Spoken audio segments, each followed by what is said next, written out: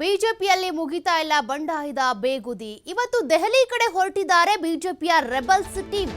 ರಾಷ್ಟ್ರೀಯ ಅಧ್ಯಕ್ಷ ಜೆಪಿ ನಡ್ಡಾ ಅವರನ್ನ ಭೇಟಿಯಾಗಿ ಚರ್ಚೆ ಮಾಡುವಂತ ಸಾಧ್ಯತೆ ಇದೆ. ರೆಬಲ್ಸ್ ಟೀಮ್ ದೆಹಲಿಯತ್ತ ಹೋಗ್ತಾ ಇದ್ದಾರೆ ಅಂದ್ರೆ ಯಾವ್ಯಾವ ವಿಚಾರಗಳು ಚರ್ಚೆ ಆಗಬಹುದು ಅನ್ನುವಂತ ಕುತೂಹಲ ಸಹಜವಾಗಿಯೇ ಮೂಡುತ್ತೆ. ರಾಜ್ಯ ಬಿಜೆಪಿಯಲ್ಲಿನ ಅಸಮಾಧಾನಗಳ ಕುರಿತು ಚರ್ಚೆ ಮಾಡಲಾಗುತ್ತೆ ಎನ್ನಲಾಗ್ತಾ ಇದೆ. ರಾಜ್ಯಾಧ್ಯಕ್ಷರ ಬದಲಾವಣೆ ಬಗ್ಗೆ ಕೂಡ ಚರ್ಚೆ ನಡೆಸ್ತಾರೆ ಈ ಟೀಮ್. ಜೊತೆಗೆ ದೆಹಲಿಗೆ ತೆರಳೋ ಮುನ್ನ ಚಾಮುಂಡಿ ದೇವಿಗೆ ಪೂಜೆ ಸಲ್ಲಿಕೆ ಮಾಡಿದ್ದಾರೆ.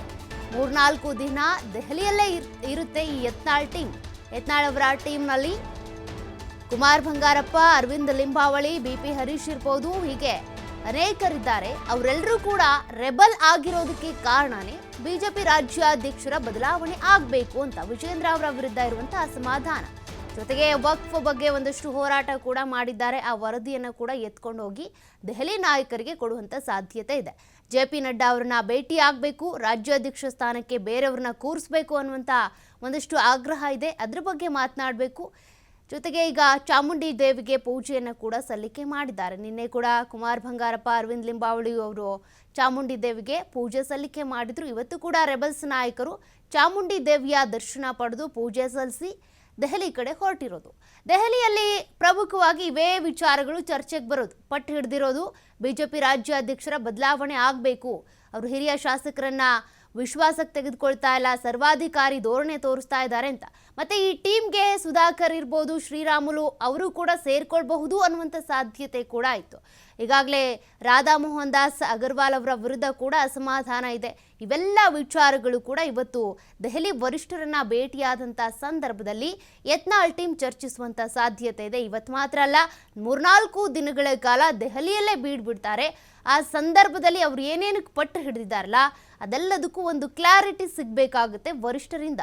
ಹಾಗಾಗಿ 3-4 ದಿನಗಳ ಪ್ರವಾಸ ನಡೀತಾ ಇರುವಂಥದ್ದು. ದೆಹಲಿ ನಾಯಕರನ್ನ ಭೇಟಿಯಾಗಿ ಈ ಹಿಂದೆ ಕೂಡ ಯತ್ನಾಳ್ ಅವರನ್ನ ಕರೆಸ್ಕೊಂಡಿದ್ರು. ಅದು ಕೂಡ ಶಿಸ್ತು ಸಮಿತಿ ಎದುರುಗಡೆ ಅವ್ರು ಹಾಜರಾಗಿದ್ರು. ಅವರಿಗೆ ಸ್ವಪಕ್ಷದ ವಿರುದ್ಧ, ಸ್ವಪಕ್ಷದ ನಾಯಕರ ವಿರುದ್ಧ ನೀವು ಹೇಳಿಕೆ ಕೊಡೋದಕ್ಕೆ ಹೋಗಬೇಡಿ, ಮುಜುಗರ ಆಗುತ್ತೆ, ಪಕ್ಷಕ್ಕೆ ಡ್ಯಾಮೇಜ್ ಆಗುತ್ತೆ ಅಂತ ವಾರ್ನ್ ಮಾಡಿ ಕಳಿಸಿದ್ರು. ಅದಾದಮೇಲೆ ಒಂದು ಸ್ವಲ್ಪ ದಿನ ಸೈಲೆಂಟ್ ಆಗಿದ್ರು. ಈಗ ಮತ್ತೆ ಆ್ಯಕ್ಟಿವ್ ಆಗಿದ್ದಾರೆ ಯತ್ನಾಳ್ ಅವರು. ಈ ಹಿಂದೆ ಅಷ್ಟೇ ಮೊನ್ನೆ ಒಂದು ಹೇಳಿಕೆ ಕೊಟ್ಟರು. ಈಗ ಸಮುದ್ರ ಮಂಥನ ಆಗ್ತಾ ಇದೆ, ಸದ್ಯಕ್ಕೆ ಈಗ ನಮ್ಗೆ ವಿಷ ಸಿಕ್ಕಿದೆ, ಅದು ವಿಜೇಂದ್ರ ಅವರು, ಮುಂದೆ ಅಮೃತ ಸಿಗುತ್ತೆ, ರಾಜ್ಯಾಧ್ಯಕ್ಷರ ಬದಲಾವಣೆ ಆಗಲೇಬೇಕು ಅಂತ. ಹೀಗಾಗಿ ಇವ್ರ ಪಟ್ಟು ಈ ರೀತಿ ಇದೆ. ಮತ್ತು ವಕ್ಫ್ ಹೋರಾಟವನ್ನು ಕೂಡ ಮಾಡ್ತಾ ಇದ್ರು.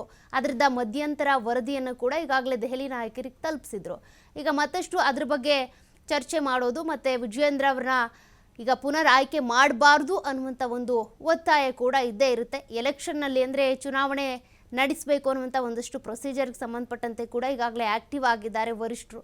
ಬಟ್ ಚುನಾವಣೆಯಲ್ಲೂ ಕೂಡ ವಿಜೇಂದ್ರ ಅವರನ್ನೇ ಆಯ್ಕೆ ಮಾಡುವಂಥ ಸಾಧ್ಯತೆ ಹೆಚ್ಚಾಗಿದೆ. ಅದ್ರ ಬಗ್ಗೆ ಕೂಡ ಯತ್ನಾಳ್ ಅವರ ಟೀಮ್ ಮತ್ತಷ್ಟು ಆ್ಯಕ್ಟಿವ್ ಆಗಿ ಮಾತನಾಡ್ಬೋದು. ಅವ್ರ ಬಗ್ಗೆ ಏನೇನು ಅಸಮಾಧಾನ ಇದೆ, ಅವ್ರ ಬಗ್ಗೆ ಏನೇನು ಆರೋಪಗಳಿದೆ, ಯಾಕೆ ಅವರು ಬೇಡ ಅಂತ ನಾವು ಹೇಳ್ತಾ ಇದ್ದೀವಿ, ಅದೆಲ್ಲದಕ್ಕೂ ಕೂಡ ಯತ್ನಾಳ್ ಅವರ ಟೀಮ್ ಇವತ್ತು ದೆಹಲಿಗೆ ಹೋಗಿ 2-3 ದಿನಗಳ ಕಾಲ ಏನಲ್ಲೇ ಇರ್ತಾರೆ, ಒಂದಷ್ಟು ಕಾರಣಗಳನ್ನ, ವಿವರಣೆಗಳನ್ನ ಕೊಡಲಿದ್ದಾರೆ.